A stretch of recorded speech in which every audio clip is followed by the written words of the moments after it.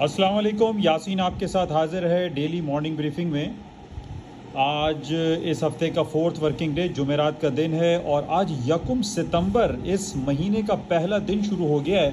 جیسا کہ کل میں نے آپ سے یہ ذکر کیا تھا کہ منتھلی کلوزنگ بڑی امپورٹنٹ ہوتی ہے، اور کل ہم نے ٹیکنیکل لیولز پہ یہ دیکھا کہ گولڈ، سلور، کرنسی، اسٹاکس اپنے لوور سائڈ پہ بند ہوئے، اور ہم پچھلے کافی دنوں سے دیکھ رہے ہیں کہ مارکیٹیں لوور سائڈ پہ بند ہو رہی ہیں، اور اس کی وجہ صرف اور صرف جو دکھائی دے رہی ہے، جو ڈیفرنٹ چینلز پہ اور ڈیفرنٹ ذرائع ابلاغ سے ہمیں موصول ہو رہی ہیں، وہ صرف اور صرف یہی ہے کہ امریکہ کے ساتھ ساتھ اب یورپین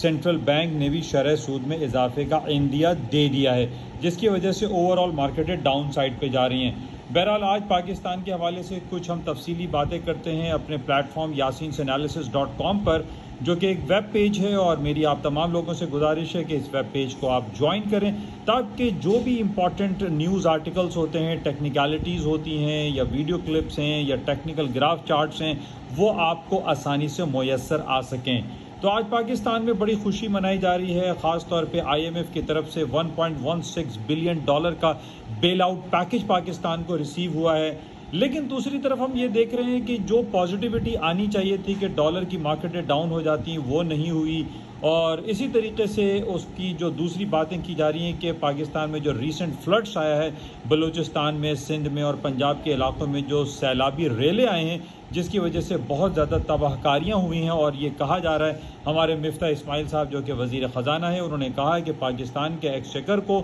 $10 ارب کا نقصان ہوا ہے۔ تو بہرحال یہ بڑی ایک سنگین صورتحال ہے، اس کا ہم تفصیلی جائزہ لیتے ہیں yasinanalysis.com پہ۔ لیکن دوسری طرف ہم یہ دیکھ رہے ہیں کہ گولڈ، سلور، آئل، اسٹاکس تمام مارکیٹیں ڈاؤن سائڈ پہ جا رہی ہیں۔ آج 1 ستمبر ہے، اور اس کا ہم تفصیلی جائزہ لیتے ہیں اپنے پلیٹ فارم پر کہ آگے کیا کچھ ہو سکتا ہے۔ آپ تمام لوگوں سے میری گزارش ہے کہ اس یوٹیوب چینل کو لائک کریں، شیئر کریں اور سبسکرائب کریں ود بیل آئیکن، اور اس کے ساتھ ساتھ ویب پیج yasinanalysis.com کو جوائن کریں۔